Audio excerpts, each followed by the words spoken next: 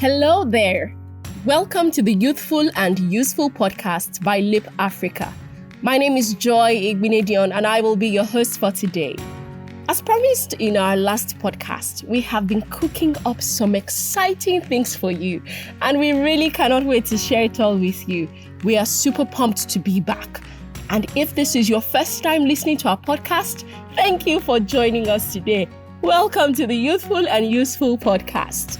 You know, it is often said that children are the leaders of tomorrow. And honestly, in our generation, it has felt like, please, when will this tomorrow come? Because we've been waiting for tomorrow for so long. But truth is, young people have an important role to play in ensuring that the Africa of our dreams becomes a reality. And because of this, it has become very crucial to us at Lip Africa that we bear the responsibility of leading the change that we want to see. We are on a mission to inspire, to empower, and to equip a new cadre of African leaders that will transform the continent. And this, ladies and gentlemen, is why we are here. So once again, you are welcome. On today's episode, we will be discussing a topic that is both interesting and pivotal to the actualization of the transformation that we all want. Young people often talk about how passionate they are about different things, from fashion to music, art, technology, leadership, and in very recent times, politics. It is great to identify what one is passionate about, but how do we really harness that passion and create magic with it? Today, we are talking about turning passion into innovation for social impact. And joining me in taking this conversation further is Isaac Success, a man who is an epitome of turning passion into innovation for social impact. He is the founder of Dreams from the Slum Empowerment Initiative. But before we dive into it, let us listen to what young people in Lagos, Nigeria have to say about their passion. Well, I'm very passionate about education and making quality education accessible to people irrespective of age, gender, background, and social status. I started an organization when I was 18 years old. Started Ambassadors of Africa and launched the project A Students to support secondary school students in rural communities with career counseling, donating school bags and stationery to them. Graduated to doing more around teacher trainings. Then I currently work in higher education, supporting people to accessing education at different levels and also providing access to training for recent graduates, for core members and those who are moving on to their postgraduate studies in terms of counseling, in terms of support, and also consulting for universities, supporting them. I stay in Ogudu, and Ogudu does not have water. The water is bad. So you have to dig water far away from your house, and it is really, really expensive. If I could pitch something to the government, to the local government chairman, to somebody in my area, I think what I'll tell them to do is they should create government taps, like government water from the government is running, and it's free. The only thing you're doing is you're pumping into your house. So I think for me, one thing I'm really passionate about is seeing people make smart financial decisions, right, and utilizing their finances better. So recently, I even had a training session in my workplace where I had a training session on managing your wealth and your personal finances better. I am passionate about human empowerment. I believe so much in the human capital of the Nigerian youth, and I feel there should be more affordable business hubs where youth can practicalize and learn their skills. So not just fixing online physical classes and talking all through, and then there is no hub where students or youth can come sit and actually learn these things. There's so much going on around. People are going through a lot, mostly financial support, and it's been a huge struggle. I literally see people struggle every day. So what I do generally is that, so when someone comes with a need, I speak to a couple of friends and see how we put money together to help them. Welcome back, guys. It is always refreshing to feel the pulse of people on topical issues like this. It is good to know that many young people are passionate about development in their communities. But then how can we turn this passion into innovation for social impact? Well, as I mentioned earlier, joining me on the show today is the founder of Dreams from the Slum Empowerment Initiative, Isaac Success. Isaac, you are welcome to the show. Thank you so much. It's a pleasure to be on the show. Indeed, it is an absolute pleasure to have you on the show today. All right. Very quickly, I'd like for you to introduce yourself to our listeners before we dive into today's conversation. Okay, so my name is Isaac Success Omoyede. I am a social activist and a child advocate, privileged to be the founder of Dreams from the Slum Empowerment Initiative, which is an initiative that is committed to making the dreams of people living in the slum to become a reality. And we achieve it using education, empowerment, and mentorship. So this is just what I actually do. And Isaac, as an individual, is someone that is passionate about the Sustainable Development Goals. And I personally adopted Goal 4, which is for quality education. So I try to ensure that I reduce the high number of children that are out of school in my community. Then also Goal 1, which is no poverty. So what I do strategically is to see how we could solve the problem of poverty using empowerment as a tool. So all of these that I'm passionate about, the Goal 4 and Goal 1, is part of what we use as our tools through Dreams from the Slum Empowerment Initiative. Yes. Fantastic. I love it. That is such a well-rounded introduction. So without further ado, let's delve into this matter. In your opinion, Isaac, who can we say a social innovator is? Okay, so a social innovator, in my own definition, is someone that solves social problems with creativity, that thinks outside of the box. I really like that definition because innovation is creativity in action. But how does one then become a social innovator? The first question to ask is, what is your pain? What is it that you do not like? Whatever you don't like that you're uncomfortable with is your pain. So what is your pain? So it is that pain that will now be turned into a passion, because what you don't like will be something you want to see, you want to change. So you can turn that pain into a passion. So one of the steps of being a social innovator is having this insatiable hunger to actually change things. So you have a pain. So how can that pain, that pain stands for a kind of challenges. So that is how, to that pain, you now think of the problem you want to solve from that pain. So you would think of strategies, you would actually think outside of the box, come up with ways at which you could solve such problems. So first, it actually starts from that individual identifying your pain point, that challenge, that thing you don't just like. For me, my own pain was the fact that I don't like to see children being out of school when they are meant to be in school. I don't like to see children hungry. I don't like it. So I'm passionate about ensuring that people don't go to bed hungry. I'm passionate about ensuring that every child gets an education. So I turn my pain into a passion. It is important for us to identify that pain point first. Then we will now think of innovative ways of which you would use to offer solution. The first step to becoming a social innovator is identifying one's pain point. Interesting. Now let's talk about you, Isaac. How did you convert your passion for children and humanity really into innovation for social impact? Okay, so for me, I actually dropped out of school a certain time. I also experienced not actually going to school with food. I was going to school on empty stomach. It affected me, gave me a low self-esteem. It was a pain. A child that goes to school without food might not be able to cope well in the classrooms.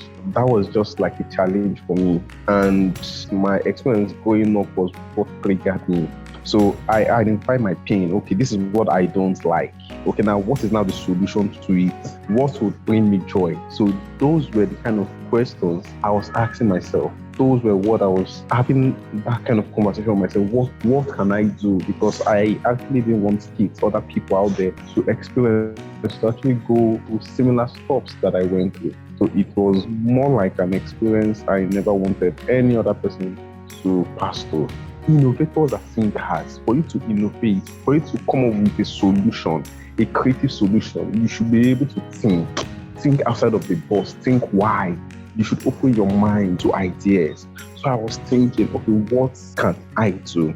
So I said, how can I turn it into an innovation that's a solution? So innovation here is solution. So how can I turn this passion? How can I get a solution out of it? How can I innovate? How can I bring something? How can I get a result out of it?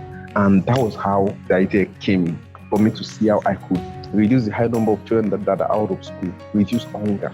So I work more in reducing poverty and high number of out of school children. So it was based on my personal experience, and it was a pain point. So I itemized the solutions. Can I adult children to actually go back into school? So that was how I was able to turn my passion into innovation for social impact. You know what? Let's add the school. Children will have food, they will have everything. So after running the tuition in school, I also decided, you know what, let's empower women, because these children will actually go home. They will go back home hungry. Yes, we actually give them food in school. So that was how I was able to turn my passion into innovation. Very impressive. Innovators are thinkers. You must think outside the box. So Isaac, let me ask you this. Why do you think it is necessary for young people to get involved? Now, the society we actually live in needs love. Oftentimes people say a whole lot that the country is bad. It is a worldwide challenge. Everywhere, all over the world, there is high in the cost of goods and services. Everywhere, all over the world, there are challenges. It's actually not only in my local community we have children go into bed hungry. It's not only in my local community we have children that are out of school. 1 in 10 community has children that do not go to school.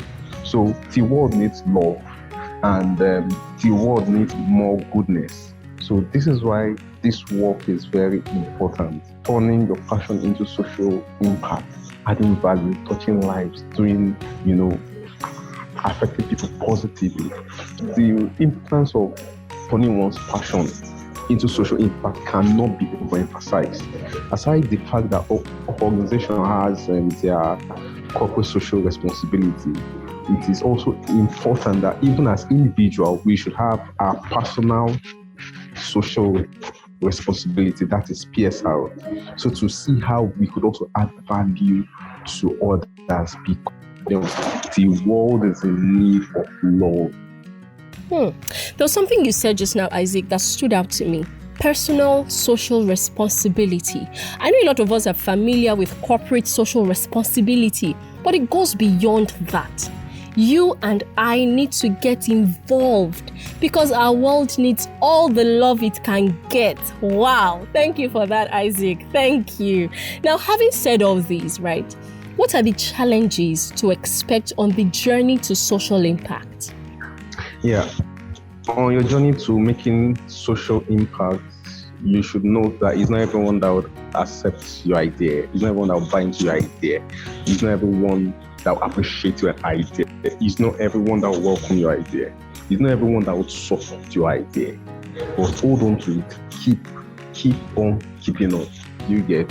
It will take time, but with time, the idea will stand the test of time. I could remember, I entered my innovation into a particular contest. That was about 2 years ago. Did I say 2 years ago? 4 years ago, before the COVID. And it wasn't accepted. 4 years ago, we were not as big as we are now. We were still striving, but guess what? This year, the same innovation that was not accepted was accepted by the same persons. Why? Because now we are now even more experienced. When I looked at what I entered last year, because I didn't enter for the challenge for this year, but they had us on their archive. And I read everything. I was like, this is not even up to what we actually do now. I was ashamed of myself, but it was still the same thing that was approved for this year. And I didn't even, I wasn't even expecting it. So what am I trying to say? What you give time, we actually stand the test of time. So you should not accept your innovation, your idea, your concept may not be approved now, but just give it time. It's not everyone that will accept it. You might enter for different challenge to say I can scale up. You might not get through. You might not get the needed support. You might not get the grant. You might not even get the support. But just hold on to it. Keep on keeping on, and I bet you the idea, the innovation will stand the test of time. Very true. Very, very true. Your ideas may not be accepted now, but give it time. Keep pushing and continue to put in the work. This has been a very insightful conversation. But what does all this mean for Africa? Honestly, what does turning passion into innovation for social impact mean for Africa? Africa can only be built by Africans. And so the solutions to Africa's biggest challenge lies within us. And one of the ways that we can solve the pressing demands or the needs or the challenges is through social innovation. And everyone and anyone can think, so everyone and anyone can be innovative. As long as we can think outside of the box, we can also think like there is no box at all. So it's actually in our hands to make a difference.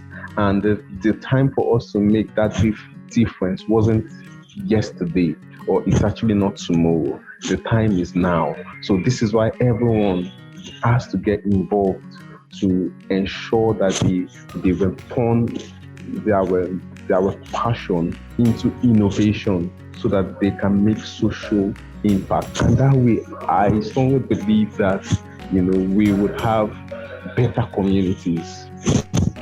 The time to make a difference is now. The future is now. That future that they have been telling us, children are the leaders of tomorrow. That tomorrow is now. The time to make a difference is now. Thank you so much, Isaac. But before I let you go, right? Do you have any last words, any final words for us before we wrap this up? Okay, so it's actually simple. If you find your place, everything will fall in place for you, and you will become the master of that place. So it's very important for us as young Africans to find our place. And that place is a place of passion. That place is our pain point, so that we would be able to make social impact. Thank you. Amazing. Just in case you missed it, Isaac said, if you find your place, everything will fall in place for you, and you will become the master of that place.